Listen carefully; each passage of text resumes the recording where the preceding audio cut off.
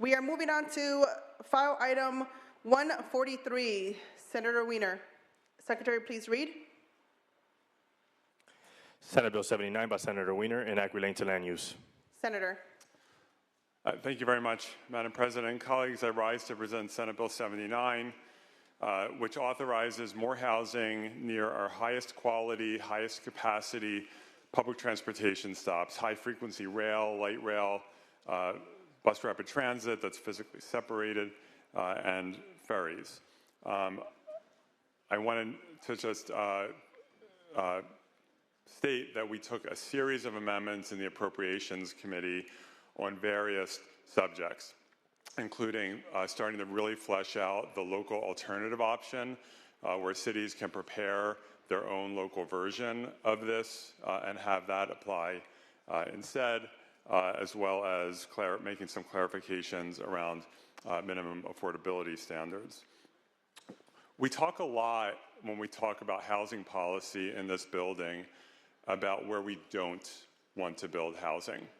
There's a lot of conversation, which is very important, about, for example, trying to de-emphasize development in wildfire zones, the highest severity zones, or other areas at risk of natural disasters. What we don't spend enough time talking about is where do we want to build more housing?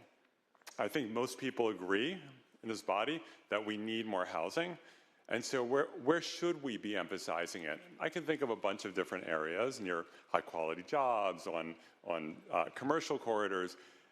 But one of those areas is near not just public transportation, the very best public transportation, where we can have more housing and more people can actually walk to that public transportation instead of having to drive and have a huge parking lot, or just more likely, not take it at all because it doesn't work.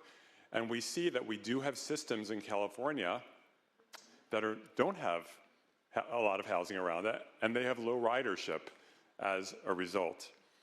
And so the purpose of this bill is to say, let's focus more housing around the highest quality public transportation, where we have made significant public investments of tax dollars, and I support that investment. As you know, I fight for that investment. And if we're going to invest, as we should, in better and better public transportation, let's help it succeed. Because in addition to needing more housing and putting it near transit, it helps support the transit systems because it helps with ridership. And we see in cities that have the most successful ridership, it's because a lot of people live within walking distance of it, or if they are driving, a very short drive. And so this bill creates a standard within a half a mile, distinguishing between the first quarter mile and the second quarter mile around the highest quality transit to allow a minimum threshold of housing density. I do want to just acknowledge or address a few things. There's been discussion around affordability. This is a pro-affordable housing bill, and I want to explain why I say this. In addition to the affordability provisions, in addition to the affordability provisions in the bill relating to the state density bonus, existing affordability structure, or deferring to local cities' affordability standards, which the bill does not in any way override a city's local affordability standards. We also know that low-density housing means no affordable housing, because you're not going to have affordable housing unless you have a certain level of multi-unit density. 100% affordable housing for lower income people, you're not going to build that unless you have a certain amount of density. And that's why the Nonprofit Housing Association of Northern California, one of the big umbrella affordable housing groups in California, has just endorsed this bill, because they know that it will allow for more affordable housing. In addition, multi-unit triggers local affordability requirements that are not triggered by low density. So this bill will lead to more affordable housing in California. So, colleagues, this is a bill that will help on housing. It is a bill that will help on support of public transportation systems. It is a bill that defers significantly to local communities, respecting local demolition controls and putting demolition controls in place if the streamlining option is used. It defers to local design standards and in some places defers to local height limits. I do just want to also say that this bill, we continue to work on it. We made significant amendments, as I mentioned, in Appropriations Committee, based directly on feedback from the members in the two committees that saw it. We kept a running list of all feedback that members had, and we made a slew of amendments based directly on that feedback. We continue to work with colleagues and with stakeholders, and I'm confident that if the bill proceeds today, we'll continue to do that work in the Assembly, particularly on the local alternative option, which I think is very important, and is very important to me, to give cities additional flexibility to say, we understand what you're trying to do, we want to do it in a somewhat different way. Cities should have that ability. We have that in the bill now. I know we can make it even better, and I'm committed to doing that work. So colleagues, this is a good bill. It deserves your support. I ask you for the ability to continue to do this work, and I respectfully ask for an aye vote. Senator Serrato, you're kicking off the debate. Thank you. So this measure pretty much usurps local control in areas of the community that have critical issues related to planning, growth, and infrastructure development that transit agencies are not equipped to deal with beyond adding the transit component to the local agency's general plans. The bill also allows transit agencies to become de facto land developers, and the need to make land use decisions based on agency fiscal needs will taint the need to act in the best interest of the public and the community. Local governments are much better equipped to organize and handle land use and development decisions than a transit agency. Elected officials and local government administration are more accountable to the citizens than people who are insulated from public concerns by a large multi-jurisdictional agency. Those are some of the reasons that I oppose this bill. And yes, I wrote those based on what I know for the cities that I work in. There's only one city in my district that would cover this. I cannot imagine the city of Corona being forced to have a transit agency fiscalize the land around them that they own, that they have their right-of-way, etc., so that they can help pay for the lack of funding coming from the operations side of their transit agency. We're talking about, in some cases, 85-foot high buildings or 75-foot high buildings in an area. This is not an urban area. These are not urban communities. Having cities involved in the demolition, but then having their hands tied in the development that goes around, I think the cities are well equipped with their planners to decide what is going to be beneficial when you're talking about transit agency stops, when you're talking about what kind of development goes around the transit corridor. We've got plenty of guidelines we have sent them. We don't need another one that imposes essentially another agency to be the land developer just for that area.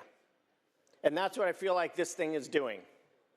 And so I urge you to oppose this bill, allow cities to continue to try to deal with the regulations that we have already sent, that we are already imposed on them, so that they can design communities and deal with the traffic and other issues with infrastructure that works for their community and doesn't allow transit agencies to fiscalize their planning and the land use that is around their tracks or their bus route or whatever transit route it is.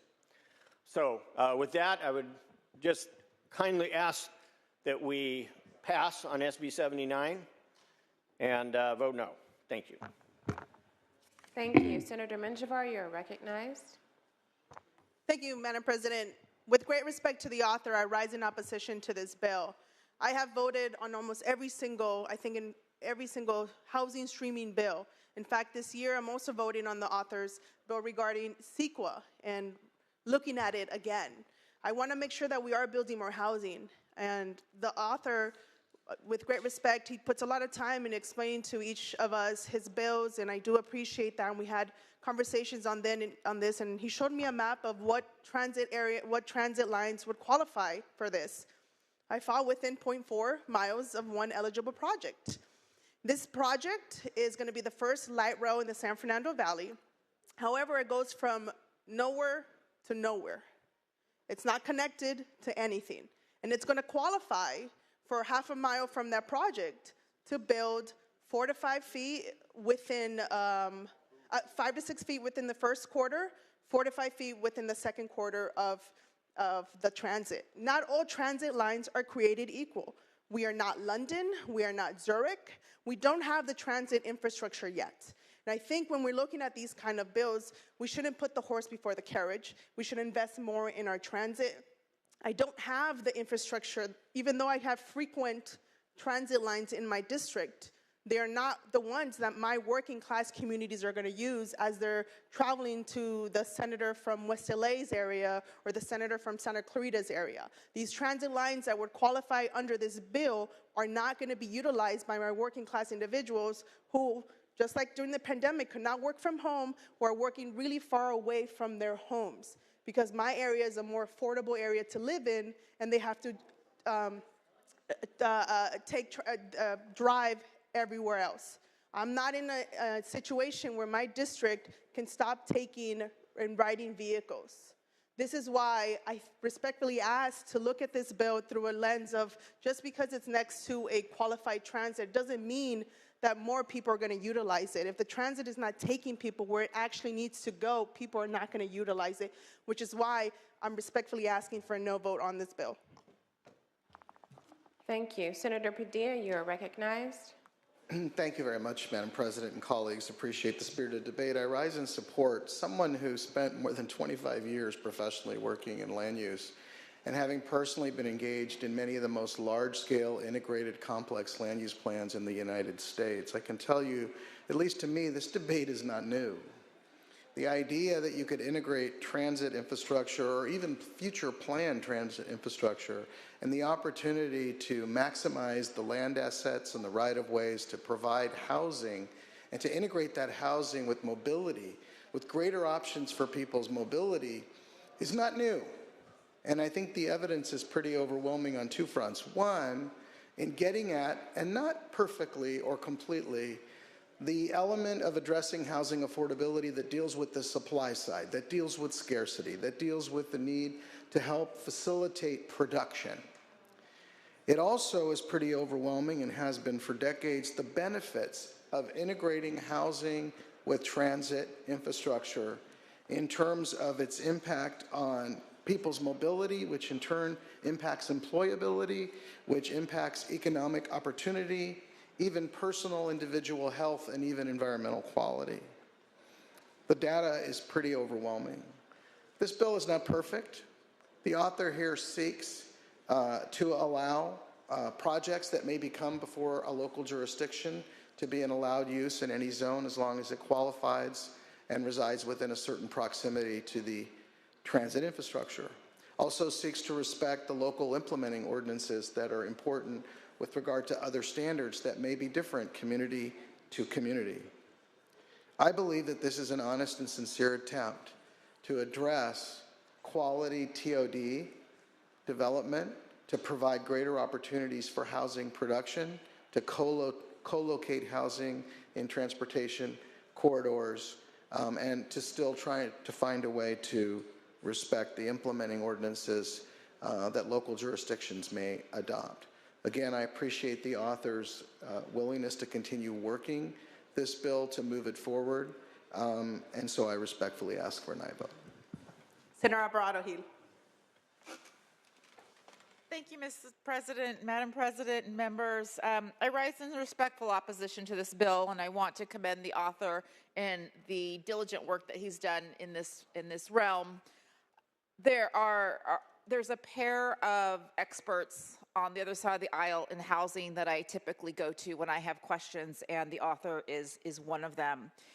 While Sb79 comes at the expense of local control, thoughtful planning, and real housing outcomes, this bill, for me, also strips that decision-making from local governments and bestows unprecedented land use authority to transit agencies, allowing them to dictate the height, density, and design standards on any land that they own or control, even if that site is far removed from a transit stop. It also permits 100% commercial development under the guise of transit-oriented housing with no requirement to actually produce housing, let alone affordable units. I think here on the floor we throw around that term a lot in terms of affordable units. A affordable housing project that was built in my district in El Dorado County for working families. When I asked the cost of building that project, 2-bedroom, 1-bath, starter condo, I was given the number of $850,000 for a 2-bedroom, 1-bath affordable housing unit. Now, this wasn't along the sites of transit, but was definitely built in the Sugar Pines area of South Lake Tahoe for families that have lived, gone to school, and work in that area. So I know we have a housing crisis here in California, but I question when we talk about affordable housing units because we are so far gone from having a solution for affordable housing. We need to start coming up with a different adjective that's more realistic to what we're talking about here. But by overriding locally adopted general plans and zoning codes developed with significant community engagement, Sb79 will undermine the public process and circumvent environmental review, something I think that we should all be concerned about. 79 is the camel's nose under the tent. I just learned that today, what that meant. And a continuation of an alarming precedent that erodes local control and imposes a top-down mandate under the banner of affordable housing policy. I spoke very closely with 7 locally elected members of the city of Modesto, which is in my district, the largest city that this bill would impact in my district. And to put it plainly, the feedback is that this bill will ignore the rigor involved in crafting state-certified housing elements and fail to provide the meaningful investments or planning partnerships that cities need. True progress in addressing California's housing crisis must support local flexibility, not override it. I also urge us to start thinking about affordable housing in a more realistic term as we have outgrown that adjective. And for these reasons, I respectfully oppose Senate Bill 79. Senator Adeguin. Thank you, Madam President. I strongly support SB 79 and supported it in both committees because I think this is a critical step to unlock the production of homes in California. We've done a lot in this legislature over the past decade to streamline production, but we know that even despite those efforts, we are seeing difficulty in getting homes built. And a lot of it has to do with the fact that some of the prime real estate around our transit stations along major transit corridors are currently zoned to not allow for multifamily housing. And there's a lot of discussion in the debate over this bill about whether this does enough to build affordable housing by upzoning land along major transit corridors and around transit stations that is currently downzoned and will not allow for multifamily housing. That will better facilitate the construction of affordable housing in California. And I just want to acknowledge the important work that the author's done over the last several months to get the bill to this point, really listening to members and listening to stakeholder input and making important amendments such as adjusting the tiers to take into consideration a variety of geographic environments. Because not every city is like Oakland or San Francisco or San Jose or Los Angeles. And so really thinking intentionally about what is the right mix of density in different types of built environments in California.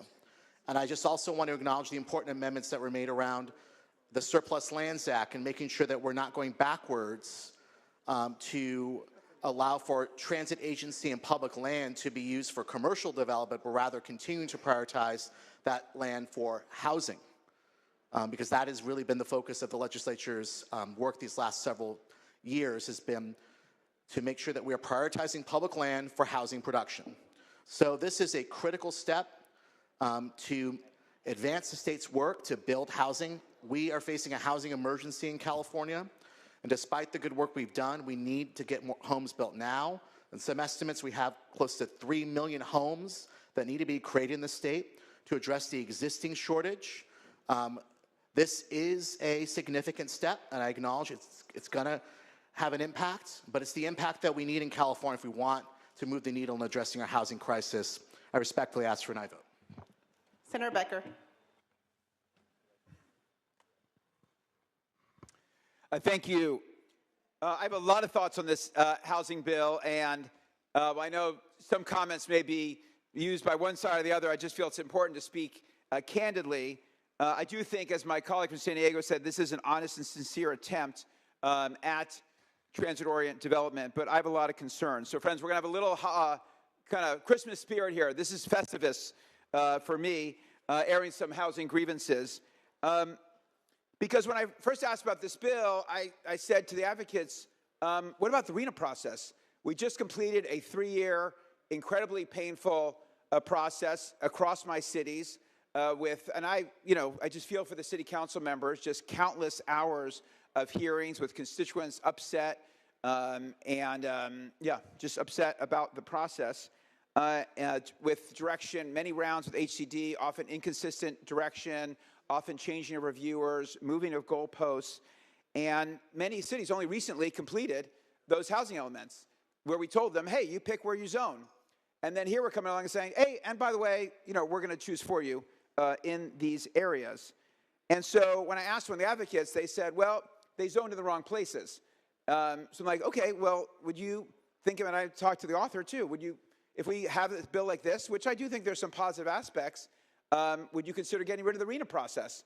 And actually, many of the advocates said, yeah, I don't like the RENA process. It incents the wrong things. It's not really a thoughtful, policy-driven approach.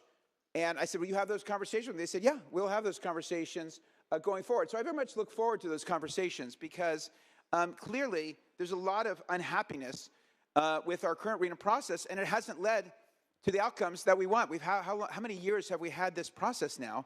And the problem doesn't seem to get better. In my district alone, we've spent about $25 million across the various cities, in some cases 10 to 15% of a city's budget working on the RENA process for what is probably going to result in very little housing. As we know, things aren't getting built right now primarily because of interest rates. So there were some positive zoning changes in the process, but overall, very much a flawed process.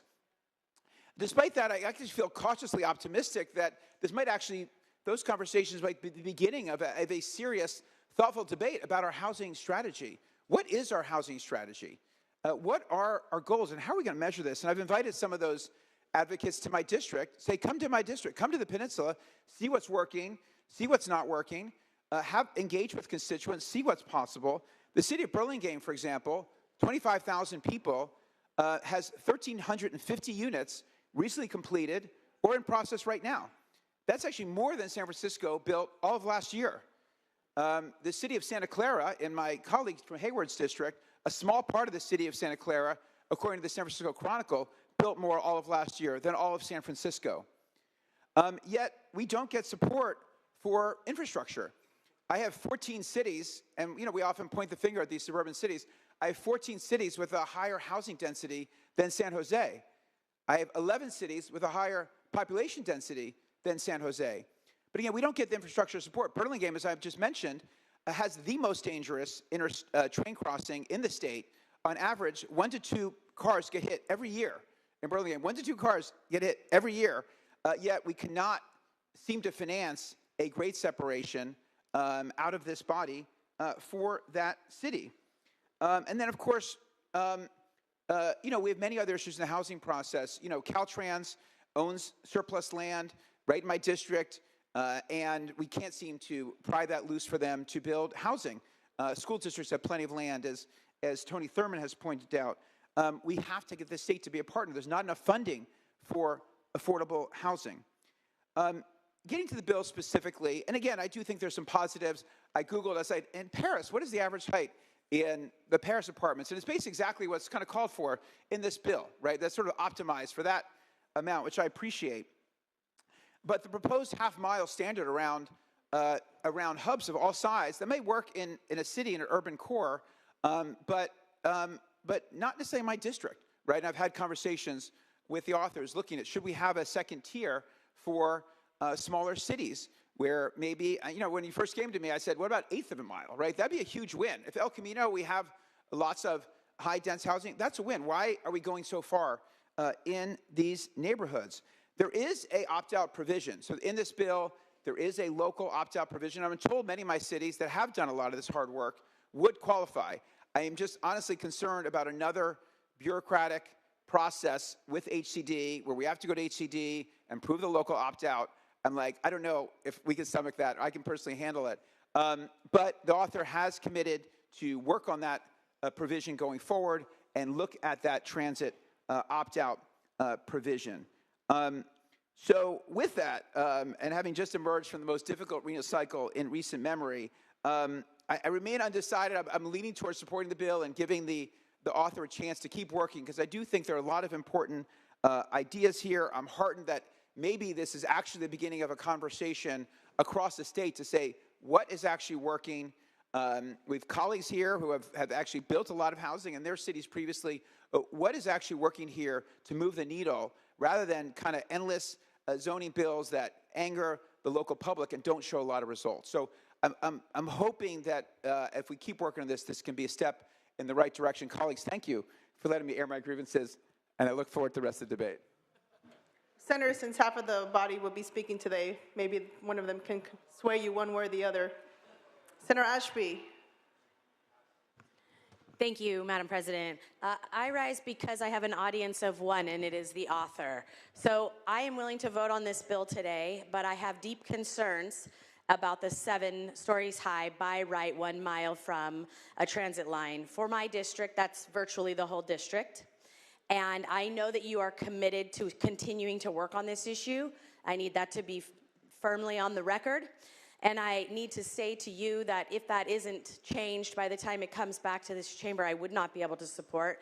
And here's why. Because it is incredibly important for the local entities to have some more measure of local control than they have currently in your bill, so that they can meet existing design standards that the local entities have worked so hard to attain, and they are not the same across our state. They're not even the same across our districts, and I need them to be able to maintain that individuality. But for today, you have my vote. Senator Cabaldon. Thank you, Madam President. If there's one thing that separates us from other primates, it's our ability to have a community meeting where everyone says, wait, there's a transit line on the table? We want one right here. It would be totally inequitable for the region not to build a transit stop right here in our community. And then for those same exact people at a community meeting, unlike other primates, they will say, but don't build any place for someone to live there. This is the challenge that this bill is trying to grapple with, and I think it's an incredibly important one, is that if the public is going to make investments and choose where to put our limited money in transit stops, that we need to back that up with the housing that is going to make it successful, and to marry the housing and the transit so folks that move into the housing have access to jobs and to services and to their families and to their churches. So I think that's exactly right. I came to this bill as a big skeptic, though, because I represent mainly rural and suburban and forgotten urban places in California, like many folks on this floor. And I wasn't sure that this bill, I wasn't sure, honestly, that the author would understand what I was talking about. My district is almost nothing like San Francisco. It's not very much like Oakland either. But I am very pleased with the way that this bill is going, not just because of the content, but because it feels to me like this, with the changes, the constant set of deep, elaborated changes that have been made to this bill, it reads like somebody who has at least visited Woodland or Davis or Stockton or Hood or other parts of California. So I was concerned that it assumed that every transit stop was the same, that the bus stop that runs every 45 minutes in Woodland would be treated just like the downtown Berkeley BART station. And that makes no sense, because you can't get anywhere else outside of Woodland with that bus stop. So that doesn't make that's no sense at all. The bill no longer does that. in terms of the quarter mile or the half mile. The bill specifically focuses on those counties that have a density of high quality, high frequency transit that the vast majority of California does not yet have. And I want to highlight one of those areas, which is bus service, because Woodland has no bus rapid transit, and the bill has been amended. One of the key amendments to the bill, it's very hard to read if you're not a nerd on this stuff, but it only applies to essentially fixed lane bus routes, of which there are none in Corona. There are none in Jackson. There are none in most of our districts. No trains, no light rails, and no bus rapid transit, and therefore the vast majority of the bill doesn't apply in the same way that it did at the beginning. And so in a place like Woodland, like in many other counties, and a half mile away from a transit stop, if there was one, but remember that there isn't, but if there was, let's pick the Vallejo Ferry Terminal, a half mile from the Vallejo Terminal. Under this bill, local land use and height limits apply. Local height limits apply. You still have to get higher levels of density, but height limits are now respected. So it's one example of this tiering that is in the bill that really understands and starts to respect the very core differences between rural, suburban, and heavily urbanized places with a dense network of transit. The other issue that was important to me, at least in committee, was that we have communities that are great at this already, that know what they're doing most of the time, put the resources together, have great ideas. They know better than we do. They know better than some analysts at HCD what to do. And how do we see them? We're always obsessed with those that are failing and that are doing a bad job, but how do we see them? And so the local alternative that's in this bill, I think, is an incredibly important breakthrough. I've never seen something like this from the Senator from San Francisco before for the rest of the state, but because it allows the city to say, look, you got a better idea that will achieve the same amount of units, and it's just as economically feasible to build that, bring it on. Bring it on. Let's have the locals lead in this space. And so those are just a couple of examples, but the amended version is replete with changes that address a lot of the issues that locals raise. Oh, let me raise one other, which is that local transit agencies would run hog wild with their new land use powers. They don't have them in this bill. Right, so the bill has been limited that transit agencies only have that land use power, the development power, sorry, adjacent to the transit stops and the transit line, not in a disconnected place, not some random place in the community. And also let's remember that the Riverside Transit Authority, the YOLO bus, most transit agencies in California are actually made up of the cities and the counties. They're not rogue entities waiting to put 20-story buildings in each other's communities. No one would ever do that. So these are not independent entities. That issue was very appropriately addressed. It was one of the top ones in the committee. So I salute the author. This, as a freshman, this was a terrific lesson in watching and being a part of a bill evolving to really address in a very deep and thoughtful and comprehensive way, address the issues that have been raised, and that really, I think, is a substantial step forward from a state policy that is run roughshod largely over local governments, especially in rural and suburban California, but now sees them in a way that will really advance our progress. Ask for an aye vote. Senator Perez. Thank you, Madam President. First of all, want to thank the author for the amount of work that he's done around this bill. I have had several concerns that I've actually raised to the great senator from San Francisco, bringing to him letters, feedback from my cities such as Glendale, Pasadena, South Pasadena, Rancho Cucamonga, Upland, and he has been incredibly receptive and incredibly responsive to those concerns, and I deeply appreciate that. You know, there are a number of things that were highlighted, some of which had already been mentioned by my colleagues. I think one of the things that I've heard so much appreciation, particularly from my cities around, is this amendment around allowing for cities to offer an alternative TOD if they already have one that's in the works. As was recognized by the great senator from Menlo Park, we have so many cities that have already approved and worked on their housing elements. I know because I actually just did mine in my other city before I came here, and it takes a lot of work and it's a huge headache. And so you could imagine why local city council members and local mayors do not want to go through that process all over again. hiring consultants, the whole 9 yards. And so I appreciate that you have made amendments to make it so that if a city is already working on that, they already are doing a TOD, it's going to honor that process that they've laid out in their housing element. I think that that's something that's incredibly important. It saves staff time. It also saves city council members a whole lot of headache. We know that housing elements can be very controversial when we discuss them at the local level. So appreciate you taking that feedback and hearing that. In addition to that, I know that there's been discussion around the affordability requirements and how they'll operate within this bill. I think there's a couple of things I wanted to ask you about. If I may ask a question to Madam President. Madam President, is it okay if I ask the author a question? Would the author take a question? Okay. So first and foremost, I think there are two major issues that I've heard from affordable housing advocates.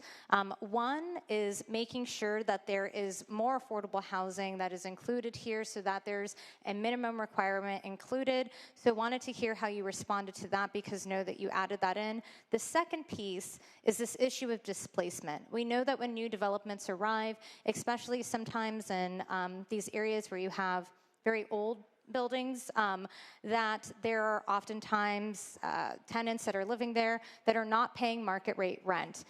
There was a bill that you all worked on some time ago called Sb730 back in 2019. I actually utilized that bill to protect some tenants within my city. And so I wonder if you might take some of the language from Sb730 and reflect it here to just say that if somebody is displaced, who is low income, that they would be included and a low-income unit would be set aside for them. They'd be given that first right of refusal. I recognize that that's already law that's been included in Sb730, but I think it's important to highlight here. I know I've been asked about it by several of the affordable housing advocates. So I'd love to hear how you're addressing this issue of the minimum requirements, and also if you'd be willing to reflect some of the language around Sb730 within this bill.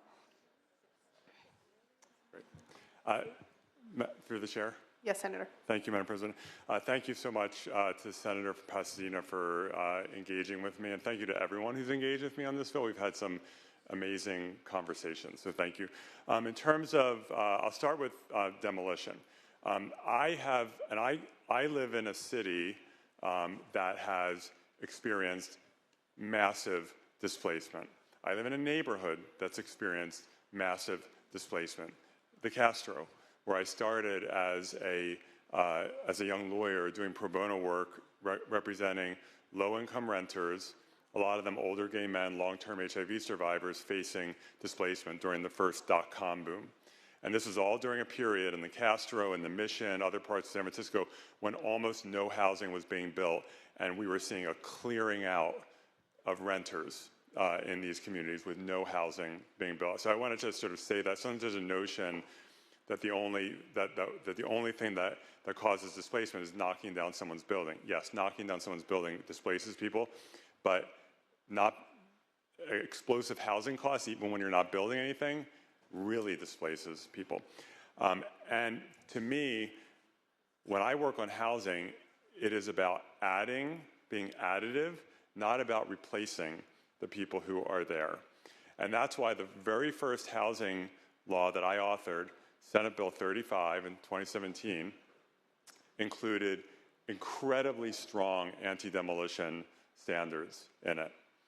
And in this bill, the bill does a rezoning, and then it gives two options to get a permit, because rezoning is not enough. You have to get a permit to build.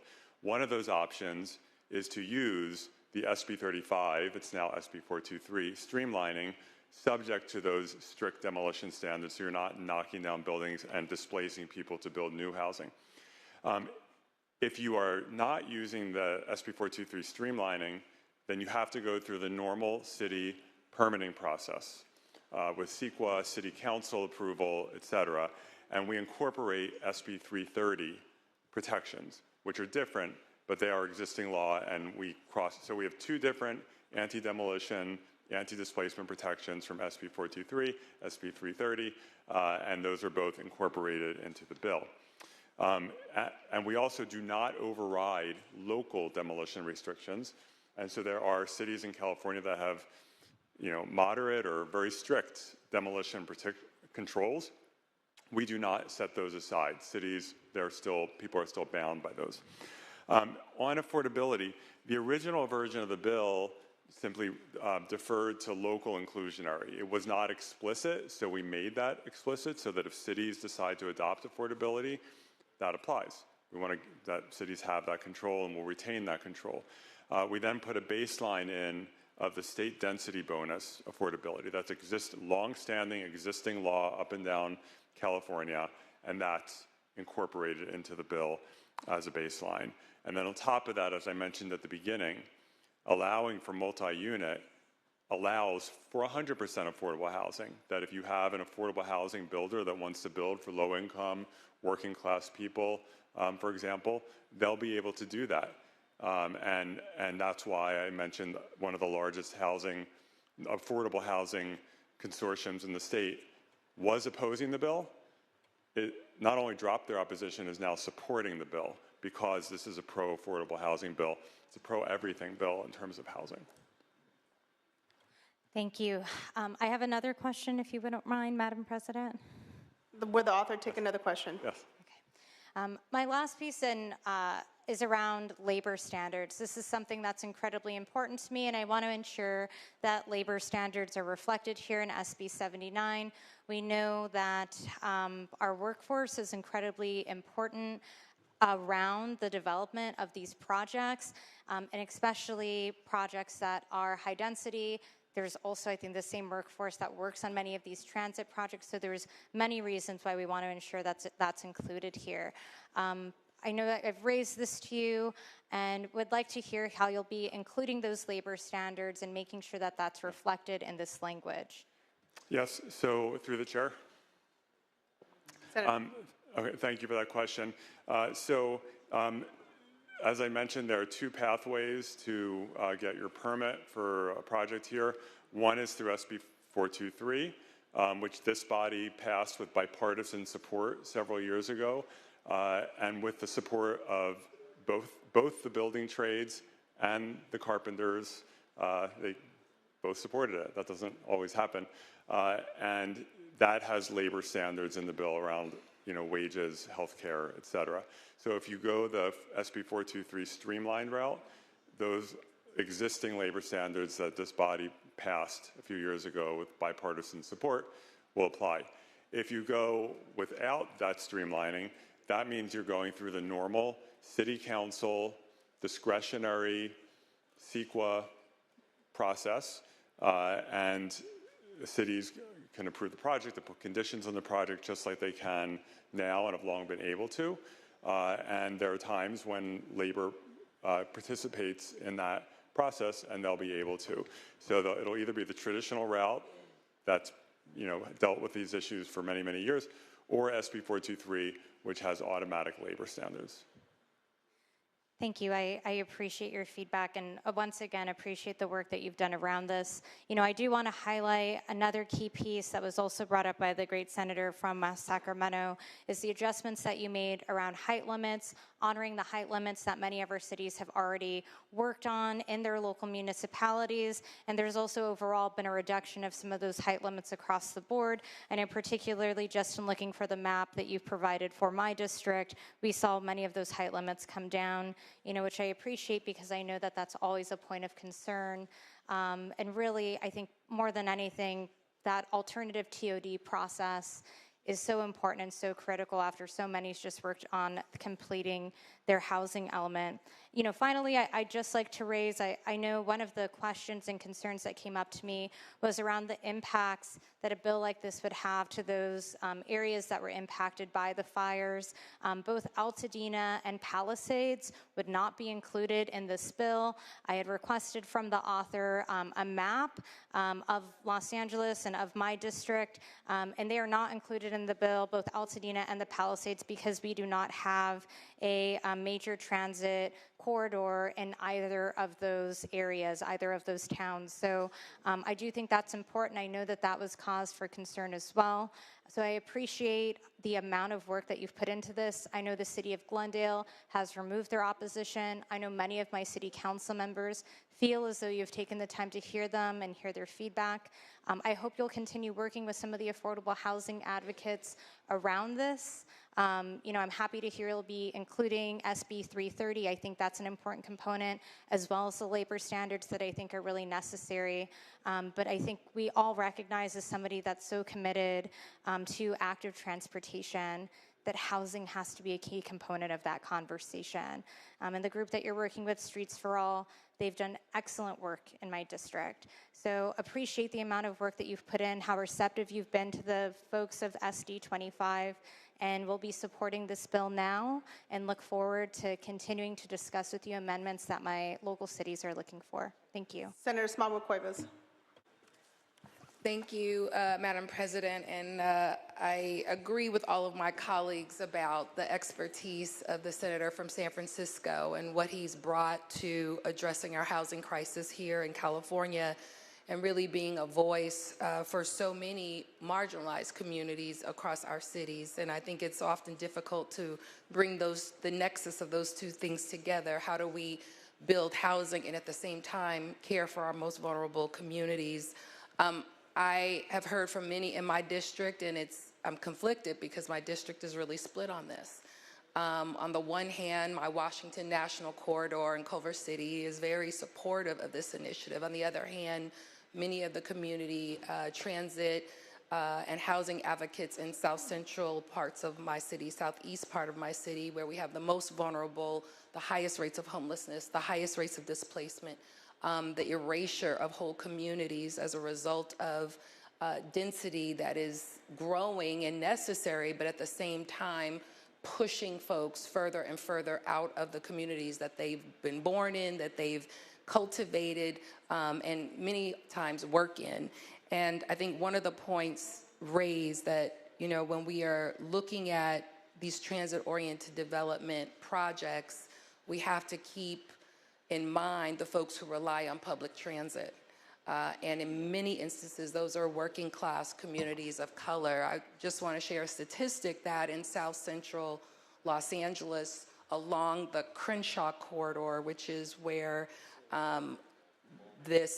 where there's an opportunity for this kind of development, we've seen upwards of 100,000 Black residents displaced from that community and pushed into Inland Empire, Victorville, and other areas because of the lack of housing. And I agree with you, the lack of developing housing creates displacement. But as we are seeing the new housing being built on Crenshaw, it is displacing the residents who are left that we want to hold on to and maintain. And so I agree with the premise of this bill and the idea of how do we increase availability of transit-oriented developments. I believe it's crucial that we ensure developers receive the greatest reward for building and also are held to the highest standard, though, of public benefit. And I don't see enough opportunity in this bill to stop the massive displacement, the aggressive displacement that is happening in what is essentially, in one part of my district, the last remaining density of Black residents in the state of California. I am curious about ways in which our transit-oriented developments, particularly those that receive concessions from the state, you know, how can we ensure that the most affordable, accessible opportunities are available, and that there's the greatest opportunity as well for employment in building these. There was a conversation about the labor standards that are in place, but there is no mention of community benefit. There's no mention in terms of how do we ensure that our most vulnerable communities that are at the most risk of being displaced, how do we ensure that they have an opportunity to fully participate? I think part of our responsibility, now that we have all agreed, and I have supported in my short time here many of the bills that I absolutely agree with you, how do we get to the 3 million units? But as we see this aggressive erasure of communities, and I think about South Central, I think about Chinatown, I think about other areas that are along these key, in my area of Los Angeles. How do we ensure that we are thinking about ways to ensure that those residents can stay in their communities and offering above what the demolition opportunities that are provided in SB35? How do we double down on stronger language that advocates have suggested that allow us to improve the amount of affordable housing that is offered through these developments and ensure that we are articulating in language an anti-gentrification principle that allows us to move these types of developments forward. Regions in my district that would be impacted along the K line, as I mentioned, like the Crenshaw Corridor, Leimert Park, along the Pico Blue Line, are disproportionately Black and brown. These have been red line communities, and they sit near transit lines for a reason. Because no one wanted to be near the transit lines. No one wanted to be in the industrial parts of the city. It's where the airports are. It's where now all of our soccer fields and ball fields are. But these were communities that were burdened with these developments. And now we're looking at opportunities to improve them with transit-oriented development, but we don't see this type of language in our policies that really center displacement, a racial justice component to this that ensures that we're building in a way that we're recognizing the disproportionate burden. I think one of my colleagues said, no one corridor is the same. And therefore, how do we have flexibility that says, let's do density, but let's do it in a way that respects these communities that have survived in these forgotten transit corridors to ensure that those residents who will rely on public transportation, and certainly we need to invest in the connectivity. We need to get the buses to connect with the trains and the trains to connect with workplaces. We absolutely need to do that, but we have to do that in a way that says that the residents will stay to be part of that build out. And unfortunately, I'm seeing too much in some of our hardest hit corridors without intentional language that takes this into account and safeguards this. I'm seeing too many of those residents being pushed further and further and further out of the communities that they love, and unfortunately the communities that they still work in, which is adding to another issue that we're trying to address in terms of emissions and how people are having to travel back and forth to get to places of work. So I want to just say I thank always and respect the senator from San Francisco for his work, for his due diligence on this issue, for what will be left behind when he's done here in terms of how we have helped to reach our goal of the 3 million units here in the state of California. But I will not be able to support this bill today until I see more intentional language around displacement, more intentional language around affordability, and an articulation of what is happening to those most vulnerable communities of color, particularly Black communities that are essentially being erased from many of our urban corridors and transit corridors. Thank you. Senator Gonzalez. Thank you, Madam President, and I want to take a moment to thank the author for bringing this forward. And I think why so many of us are really interested in speaking is because we've gotten all of these letters and it's been very personal. In fact, I have like a change.org petition against me for supporting this bill from one of what I would think a city that I absolutely admire, but a city that has often been against every single housing bill, I think, even if it seems less impactful, they've been against. This is a city that has very few units of affordable housing. In fact, 90% of the city is single-family homes. In fact, that city, the city of Lakewood, on this map has absolutely no real impact with this bill. But I have other bills, other cities, the cities of Commerce, Cudahy, Paramount, and Southgate, who come to Sacramento and talk about receiving $250 million in TIRSIP funding to be able to get a transit line, $14.5 million, 14.5 miles, excuse me, it's been a long day. 14.5 miles of light rail from Artesia to LA Union Station. What do we want? Just a light rail line? No, we want housing with it. And that's exactly what I'm fighting for here, and I think SB79 exactly speaks to this. I'm bullish on this because I see the vision for the Southeast. The Southeast LA area has often felt very neglected. In fact, the city of Maywood, who isn't in opposition, is one of the most dense cities in all of this, of not just the state of California, but the country. There's 24,000 people living in 1 square mile. It's overcrowded. So this is why, again, I'm so very bullish on these issues. And if we go back to the Southeast line, the $200 million, if we're able to fund that line finally, then it will enable 31,000 riders on weekends. 31,000 riders to get to work, not just for the Olympics, not just for the World Cup, but to get to work and actually have a line that is zero emissions, to have a line that gets working people to and from their home, to and from school, etc.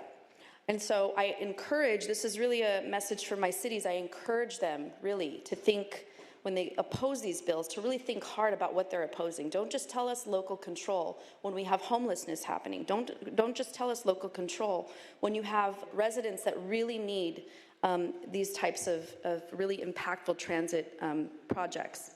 And I just want to, again, thank you for bringing this forward. I know you'll continue to work on this. I know the good senator from San Francisco will do that. And I urge an aye vote and really just want to thank him for doing that. And I urge the cities that are opposing, if you're going to oppose this bill, then what I would say too is then you need to also provide affordable units and really make an effort to do that. Some of the cities on this list that I have in my own district don't even have their housing elements up to date. That tells you how much they really care about housing. And to me, that's really offensive, not just to me as a legislator, but to the folks that we all represent mutually. So with that, I respectfully ask for an aye vote. Senator Allen. I just want to take a moment to thank the author for all of his hard work on this topic. Streets for All, the organization that was mentioned, has done a lot of work here. You know, I ultimately share a number of the key concerns that have been brought up by my friend who borders my district. We have some of the same kinds of communities, my friend from Los Angeles who spoke. The author knows that we had some amendments that sought to address some of the very issues relating to displacement and affordability. They're on the table. It appears that the author feels good about getting out of the House here, but I think that I'd like to see us do some more work on trying to make some additional changes to the bill to really address the very serious displacement issues that I think it's a very real phenomenon with some of these bills in many parts of our cities. And so I'm off the bill today, but certainly hopeful that the senator will continue to work on these issues, which I know he cares deeply about, and I appreciate his work. Senator Durazo. Thank you, Madam President. Building housing near transit, really critical issue in this state. So if and when we do this right, we can actually help working families find a place to live, use public transit to get to work, and help reduce climate impacts at the same time. If we don't do this right, we leave decisions about what to build up to market rate developers who do not have the broader public interest in the forefront of their minds. I fear that Sb79 falls too much in the latter category. Without sufficient provisions for affordability, minimum density, good jobs, and against displacement, we are telling working people, working families, that our plan to solve the housing crisis is from the top down. There's very minor affordability in this bill. It's not what most groups are asking for. It can be as low as 10% moderate. We will help Californians who can pay for market rate housing before we help those who need our help the most. I want to solve the housing crisis at all income levels, no doubt about it, but I want to prioritize those families, those working class families who sometimes don't get the kind of income that they deserve for their hard work. Because if we don't help them, more people end up homeless. I get it, requiring these community benefits could decrease developers' return on investment. But if we don't get sufficient community benefits from these projects, we will continue to use our state resources to build shelters and provide services to people who become homeless. As chair of local gov and as a member of housing, I did not support this bill. For these and many other reasons, I will not support the bill today. Thank you. Senator Ochoa Bogue. Thank you, Madam President, and ladies and gentlemen of the Senate. I rise in support of Sb79 because it reflects the type of thoughtful, nuanced policymaking that has the potential to make a meaningful difference in California's housing crisis. I'd like to commend the author for his attention to detail in drafting this bill, which recognizes that there is no one-size-fits-all solution to the complex challenge of increasing our housing supply. You know, I've been in the Senate, this is my 5th year in the Senate, and my 5th year in housing. I was the vice chair for several years. As many of you know, I was actually a realtor working in housing, understanding the complexities of housing on so many levels, from affordability to the availability, to the challenges that first-time home buyers have in this state, to ensuring that we don't have enough inventory to purchase in homes, and the cycle that everything is, how it's all interrelated. Many of you know that my family, my husband's family owns a construction company. We're in construction. My husband served on city council for 12 years, understanding the issues and the complexities and the challenges of developing and building housing at the local level. And I do want to give kudos to the author because in my 5 years in housing, and 2 in which I was chair, and based on all of my experience that I brought to the Housing Committee, one thing that I do respect is that Senator from San Francisco has actually understood the challenges of building in the state of California and why it hasn't been able to be affordable to build. And it's not always about the return, it's always about the cost that is always transferred to the actual renters or to the consumers, to the people purchasing homes. And that's something that has to be understood. And I guess if you're not on the ground actually looking at it from the whole complex of how everything is interrelated, you're not going to get it. And this is where I am so grateful that he finally gets it. And I don't know if this is disrespectful, finally gets it, but he gets it. And many of the housing bills that he has introduced who have been overwhelmingly opposed is because he's trying to address the root causes of the complexities of actually building housing in California. So I commend him for the work, and I also commend him for the fact that he's actually attentive. If there's one, there's several of you, but one that actually is when it comes to housing, now I have a second partner, but I have a partner now that actually listens to the concerns that, you know, my district has when it comes to building housing, and he tries to incorporate and address those concerns in the bills. And I want to publicly thank you for actually engaging and actually listening to me. In the super minority as a Republican, you actually listen to what I have to say on behalf of my district and accommodate those needs. So thank you for doing that. And I'm going to start doing that to many of the colleagues who actually work with us to ensure that those needs are met as Republicans in the state.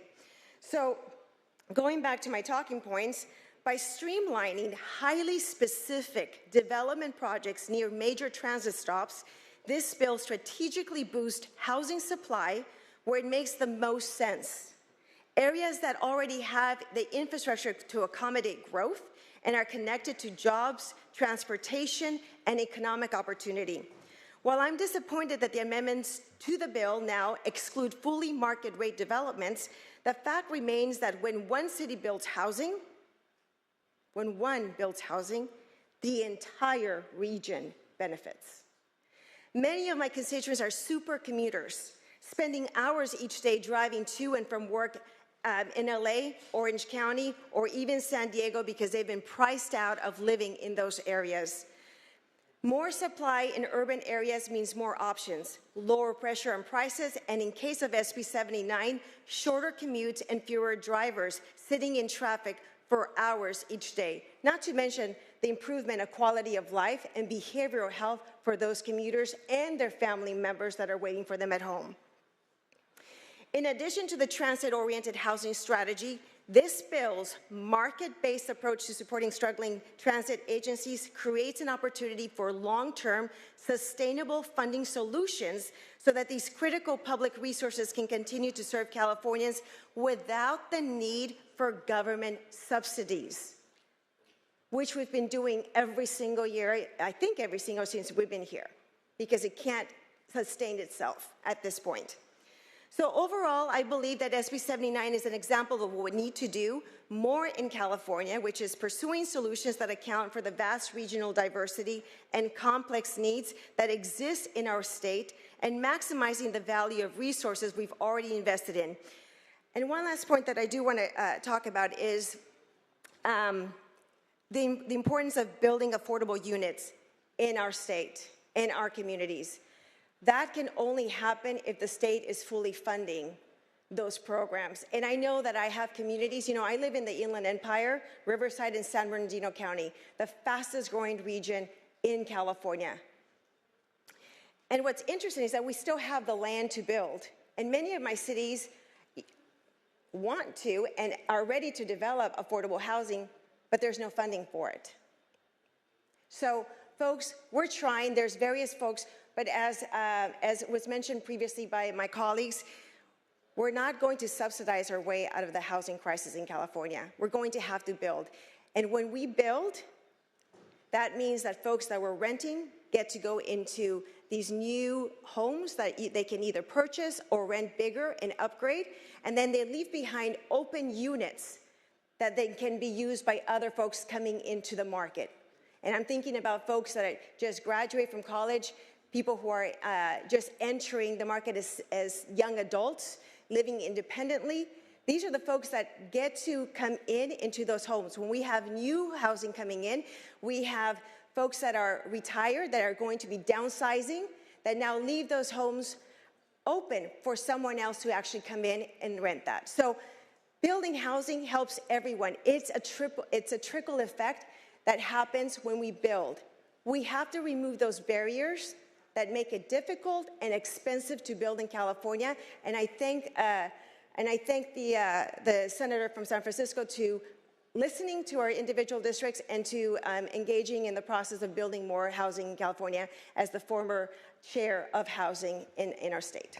Senator Wahab. Thank you. As the current chair of housing, I would like to say that I rise in opposition to Sb79. And I do just want to highlight, I have great respect for the author and his attempts to address our housing crisis. But as I've spoken many times on the floor in this session, housing is a very nuanced conversation to have. And I think that what we are missing here largely is the requirements that need to be in place to ensure that developers do right by the society that we live in and the society we want to create. And right now, the trend of housing, and I've been very critical, and oftentimes it falls on deaf ears, but there is zero ownership requirement here. So when we are talking about housing, what type of housing are we building? Are we building ownership opportunities? Not necessarily, no requirement. When we talk about affordability, there are concerns there as well as a number of other concerns I do want to highlight. I also want to highlight for the larger public that many of the conversations happening with individual members is to carve out their area. So we can have a statewide policy, but carve out my area. I don't want it to touch my area. That is what we've been hearing over and over and over on the floor. And so the trend of housing policies on the state level is to enact broad policies that have ignored the nuances of our communities. California has 58 counties and 482 incorporated cities, towns, and villages with varying climate, topographies, and needs. Those climate differences and varying lands impact what we build, how we build, and who we build for. Removing all local control at the state level when our state is so diverse means we are not building for the people in our diverse communities. Additionally, when we erase the nuances, we don't get the outcomes we are seeking from these policies. If we do not put a target of this is our goal and requirement, we will not see those targets achieved. The senator from San Francisco says that this will increase transit ridership. But when we are overbuilding market rate luxury housing, the people living in those units are not going to be transit riders. The higher the income level, the less likely you are to ride public transit, and that is a data point in a paper the author shared with my Housing Committee staff. There is also no minimum density required in this bill whatsoever, which means we could end up with single-family homes around these transit lines, which defeats the author's intent. We could potentially create townhomes, which developers love, and we could create luxury rentals across the coast, in particular where housing is prioritized. It's not necessarily inland California. It is not in communities of color. It is not in areas that we have been saying, please build. But it's in areas where when we're talking about real estate, it's location, location, location. And what can drive the profit margins for these developers and potentially landlords, because again, no ownership requirements. All other laws this legislature has passed on expediting housing has included higher affordability requirements than in this bill, labor standards that are not in this bill, and a combination of other benefits to balance the benefits developers receive. Again, I've said that this is a complete handout to developers with no real give up from the developers to the communities that they're building in. This bill has none of that. When the author keeps citing SB 423, there is no requirement to use the SB 423 route, which means this bill has no labor standards, tenant protections, or any other trade-off we usually require to protect our communities, especially when we're talking about mass development. Sb79 also applies to more sites and gives better benefits to a developer with no public benefit requirement. Other bills specifically call out that a developer cannot build on a site in which a tenant has resided in the last 10 years, including bills by the author. This ensures a developer cannot target sites with vulnerable populations. I mentioned in a previous bill how we have a growing homeless population. We have a population that cannot support the rising rents. This ensures a developer, there's again no such requirement in SB 79. And while this bill says there is a tenant relocation, there is no enforcement to ensure tenants get what they are owed.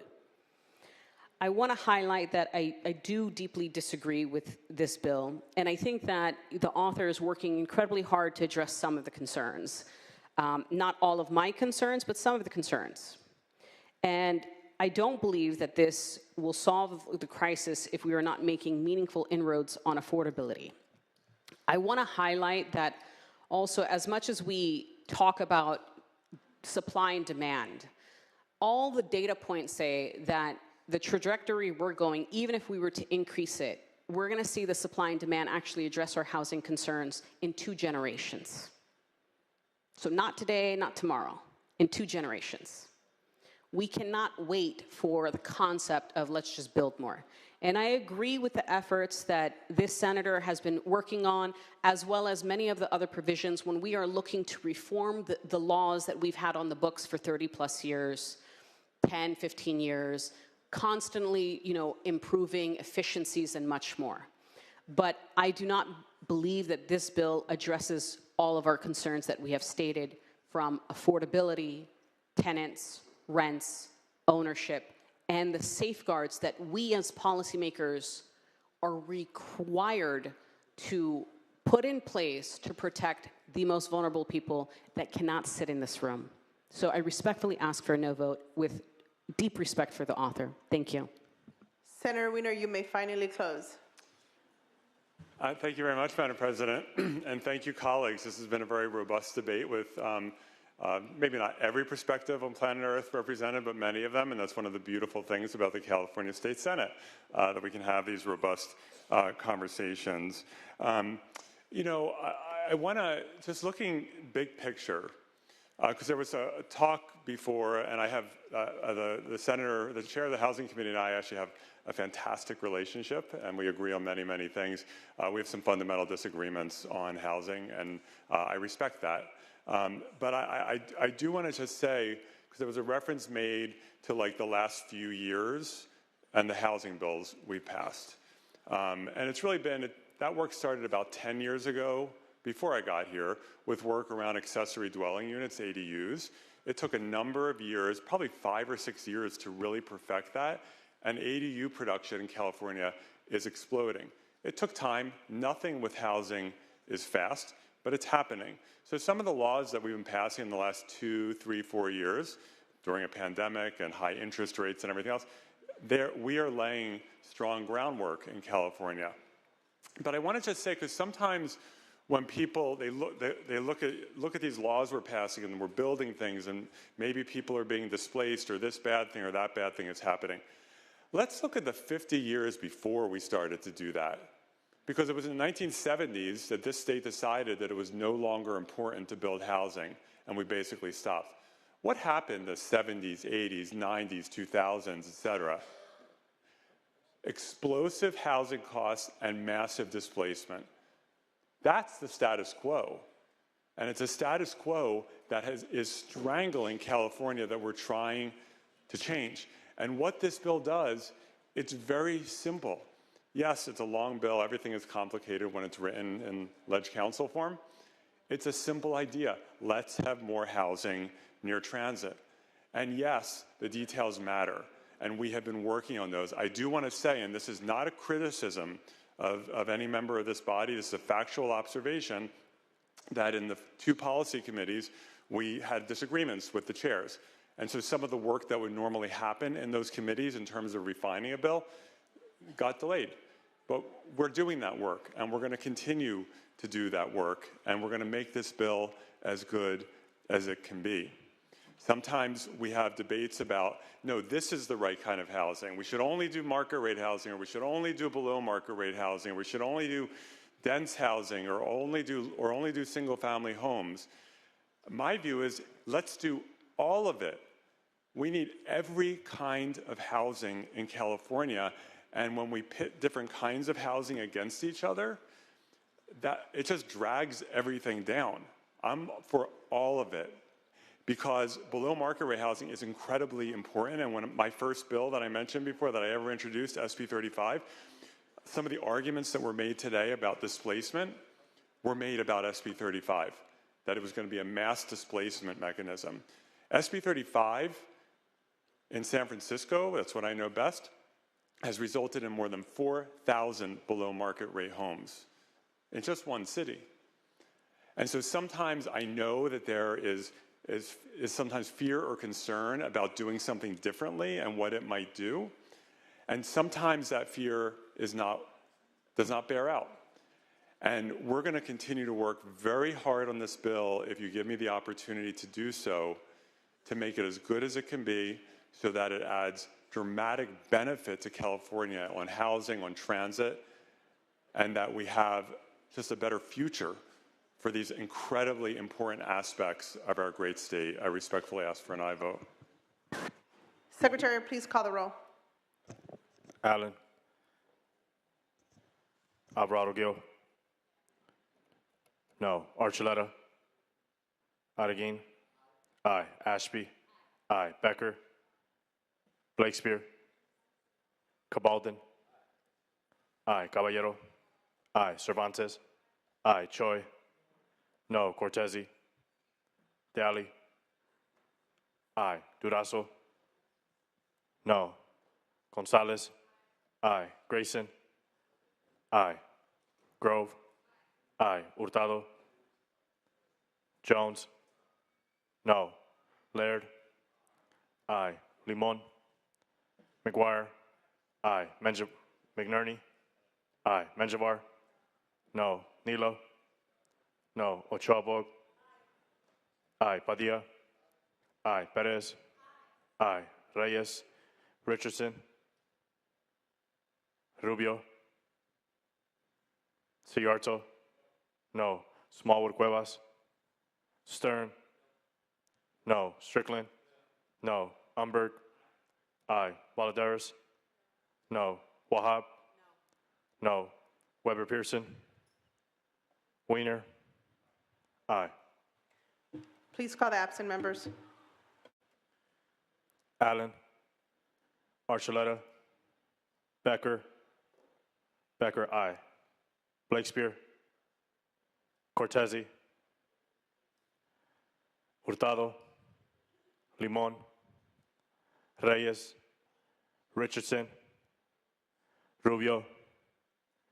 Smallwood Cuevas. Weber Pearson. Aye. Senator Weiner moves a call. Senator Cervantes has file item 44. Secretary, please read. Finally, please open the roll call on file item 143. Allen. Archuleta. No. Blakespear. No. Cortese. Hurtado. Aye. Limon. Reyes. Richardson. Rubio. Smallwood Cuevas. Please call the absent members one more time. Allen. Cortese. Limon. Reyes. Richardson. Rubio. Smallwood Cuevas. Senator Weiner moves a call. Secretary, please open the roll call on file item 143 and call the absent members.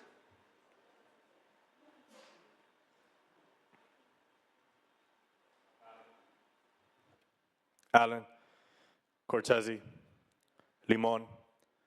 Reyes. Richardson. Aye. Rubio. Smallwood Cuevas. Ayes 21, noes 13, and measure passes.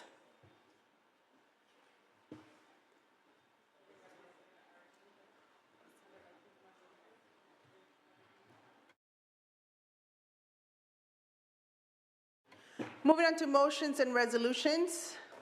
Moving back to motions and resolutions. Senator Adegain, you are recognized. Thank you, Madam President. I rise to request that file item 23, Senate Bill 239, be placed on the inactive file. The desk has noted. Couple more minutes, senators. We're almost done. Senator Choi, you're recognized. Thank you, Madam